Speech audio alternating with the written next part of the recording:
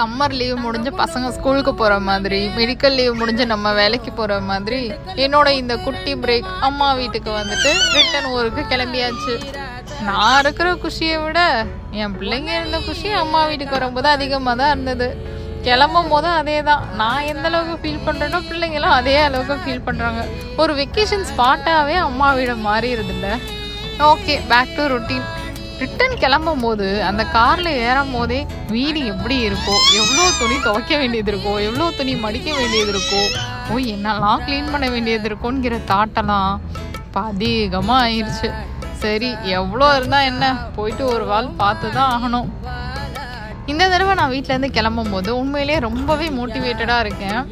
நான் போயிட்டு இதெல்லாம் பண்ணணும், ஹெல்த் கேர் இந்த மாதிரிலாம் இருக்கணும், லைஃப் ஸ்டைல் இன்னும் கொஞ்சம் நான் அப்டேட் பண்ணணும், என்ன நான் கேர் பண்ணிக்கணுங்கிறதுல எந்த மாதிரிலாம் கேர் பண்ணணுங்கிறத இனிமேல் வீடியோ போடுறேன்.